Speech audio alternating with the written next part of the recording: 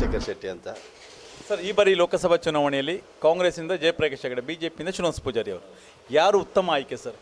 ಈಗ ನಮ್ಮ ಲೆಕ್ಕದಲ್ಲಿ ಜಯಪ್ರಕಾಶ್ ಹೆಗಡೆ ಉತ್ತಮ ಆಯ್ಕೆ. ಯಾಕಂತ ಹೇಳಿದರೆ ಹಿಂದೆ 3 ಸಲ ನಮ್ಮ ಕ್ಷೇತ್ರದಲ್ಲಿ MLA ಆಗಿ, ಶಾಸಕರಾಗಿ, ಆಮೇಲೆ ಸಚಿವರಾಗಿ ಕೆಲಸ ಮಾಡಿದ್ದಾರೆ. ಅವರು ಮಾಡಿರುವಂಥ ಕೆಲಸಗಳು ಇವತ್ತಿಗೂ ನೆನಪಿನಲ್ಲಿ ಇಡುವಂಥ ಕೆಲಸಗಳು. ಹಾಗಾಗಿ ಅವರ ಆಯ್ಕೆ ಜನ ಸಹ ಇವತ್ತು ಅವರನ್ನು ಮರ್ತಿಲ್ಲ. ಆದ್ದರಿಂದ ಅವರ ಆಯ್ಕೆ ಆಗ್ತದೆ. ನನ್ನ ಆಯ್ಕೆಯೂ ಅದೇ. ಸರ್, ಅವ್ರು ಮಾಡಿರ್ತಕ್ಕಂಥ ಗುರುತರವಾದಂಥ ಕಾಮಗಾರಿಗಳು ಯಾವ್ದು ನೆನಪಿದೆ? ಸದ್ಯಕ್ಕೆ ನಾವು ಇಲ್ಲಿ ಹತ್ತಿರದಲ್ಲಿ ಹೇಳುವುದಂತಾದರೆ ಇಲ್ಲಿ ಕುರ್ಪಾಡಿ ಸೇತುವೆ ಅಂತ ಇದೆ. ಅದು ಭಾಳ ವರ್ಷದಿಂದ ಅದು ನೆನೆಗುದಿಗೆ ಬಿದ್ದಿತ್ತು. ಅದು ಆಗಲಿಲ್ಲ. ಅದು ಆಗಬೇಕು ಅಂತೇಳುವಂಥ ಅವರಲ್ಲಿ ನಾವು ಬೇಡಿಕೆ ಇಟ್ಟಾಗ ಅದನ್ನು ಬೇಡಿಕೆಯನ್ನು ಪೂರೈಸಿದ್ದಾರೆ. ಅದು ಜನ ಇವತ್ತು ಮರಿತಾ ಇಲ್ಲ. ಯಾಕೆ ಹೇಳಿದ್ರೆ ದೋಣಿಯಲ್ಲಿ ಆಚೆ ಈಚೆಗೆ ಪಾಸಾಗಿ ಪೆರಡೂರಿಗೂ ಮತ್ತು ಆ ಕಡೆಯಿಂದ ಈ ಸರಪಳಿ ಅಂತೇಳಿ ಒಂದು ಹ್ಯಾಮ್ಲೆಟ್ ಇದೆ. ಆ ಹ್ಯಾಮ್ಲೆಟ್ನವರು ಅವರಿಗೆ ಎಲ್ಲ ಏನಾದರೂ ವಸ್ತುಗಳನ್ನು ತೆಗೆದುಕೊಂಡು ಹೋಗಬೇಕಾದ್ರೆ ಸಂತೆಕಟ್ಟೆಗೆ, ಕಳ್ತೂರು ಸಂತೆಕಟ್ಟೆಗೆ ಬರಬೇಕಾಗುತ್ತಿತ್ತು.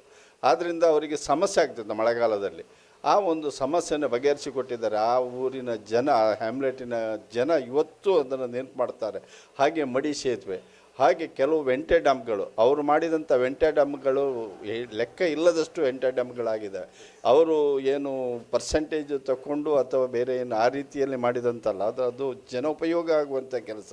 ಅಲ್ಲದೆ ಅಕ್ರಮ ಸಕ್ರಮದಲ್ಲಿ ಅವರು ಕೊಟ್ಟಷ್ಟು ಮಂಜೂರಾತಿಯನ್ನು ಯಾವ ವ್ಯಕ್ತಿಯು, ಯಾವ ಶಾಸಕರು ಇವತ್ತು ಬಂದವರು ಕೊಡಲಿಲ್ಲ ಅಂತೇಳಿ ನಾನು ಘಂಟಾಘೋಷವಾಗಿ ಹೇಳ್ತೇನೆ. ಯಾಕೆ ಹೇಳಿದರೆ ಅದು ನೆನಪಿನಲ್ಲಿ ಇಡುವಂಥದ್ದು.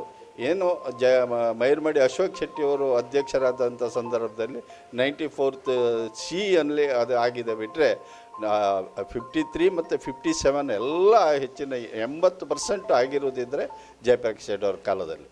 ಅದರಿಂದ ಉತ್ತಮ ಆಯ್ಕೆ ಜಯಪ್ರಕಾಶ್ ಹೆಗಡೆ. ಜಯಪ್ರಕಾಶ್ ಹೆಗಡೆ ಈ ಸಲ ನಮ್ಮ MP ಆಗ್ತಾರೆ ಅಂತ ನಮಗೆ ದೃಢ ವಿಶ್ವಾಸ ಇದೆ.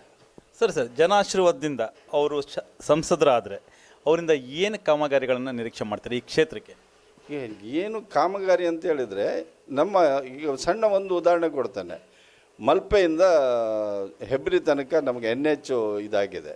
NH ಪ್ರಾರಂಭ ಆಗಿ 4-5 ವರ್ಷದಾಗಿದೆ. ಪರ್ಕಳದಲ್ಲಿ ಒಂದು ಇವತ್ತಿಗೂ ನೆನೆಗುದಿಗೆ ಬಿದ್ದಿದೆ. ಆ ಒಂದನ್ನು ಸರಿಯಾಗಿ ಅದು ಕಾರ್ಯರೂಪಕ್ಕೆ ತರಲಿಕ್ಕೆ ಆಗದೆ ಇರುವಂಥ MPಗಳು ಯಾಕೆ ಬೇಕು? ನನ್ನ ಅಧಿಕಾರ ಇದೆ, ಮೇಲುಗಡೆ ನಮ್ಮ MP ಇದ್ದಾರೆ, ನಮ್ಮ ಪ್ರೈಮ್ ಮಿನಿಸ್ಟರ್ ನಮ್ಮವರು ಇದ್ದಾರೆ ಅಂತ ಹೇಳ್ತಾ ತಿರುಗ್ತಾರೆ ವಿನ ಅವರಿಗೆ ಮಾಡಿಸುವ ಯೋಗ್ಯತೆ ಅವ್ರ ಹತ್ರ ಇಲ್ಲ ಅಂತೇಳಿ ನಾನು ಘಂಟಾಘೋಷವಾಗಿ ಹೇಳ್ತೇನೆ. ಮತ್ತೊಂದು ಉದಾಹರಣೆ ನಿಮಗೆ ಕೊಡ್ತೇನೆ. ಇಲ್ಲಿಯ ಕಲ್ಯಾಣಪುರ ಸಂತೆಕಟ್ಟೆ ಸುರಂಗ ಮಾರ್ಗ ಅದನ್ನು ಫ್ಲೈಓವರ್ ಮಾಡಿದರೆ ಯಾವತ್ತೂ ಆಗಿ ಹೋಗ್ತಿತ್ತು. ಕಳೆದ ವರ್ಷ ಮಳೆ ಕಡಿಮೆ ಆಗಿರೋದ್ರಿಂದ ಅವರ ಮರ್ಯಾದೆ ಅವ್ರದ್ದು ಉಳಿದಿದೆ. ಇಲ್ಲಾಂದ್ರೆ ಮರ್ಯಾದೆ ಬೀಕ 3 ಕಾಸಿನ ಹರಾಜಾಗ್ತಿತ್ತು ಅಂತ ಹೇಳಲಿಕ್ಕೆ ಇಷ್ಟಪಡ್ತೇನೆ ನಾನು. ಅಂಥ ಕಾಮಗಾರಿಗಳನ್ನು ಅಧಿಕಾರಿಗಳಲ್ಲಿ ಗಟ್ಟಿಯಾಗಿ ನಿಂತು ಗಟ್ಟಿ ಧ್ವನಿಯಲ್ಲಿ ಮಾತನಾಡಿ ಅದನ್ನು ಮಾಡಿಸುವಂಥ ಧೈರ್ಯ, ಸ್ಥೈರ್ಯ ಇರುವುದಿದ್ರೆ ಜಯಪ್ರಕಾಶ್ ಹೆಗಡೆ ಅವರಿಗೆ. ಅವರ ನಮ್ಮ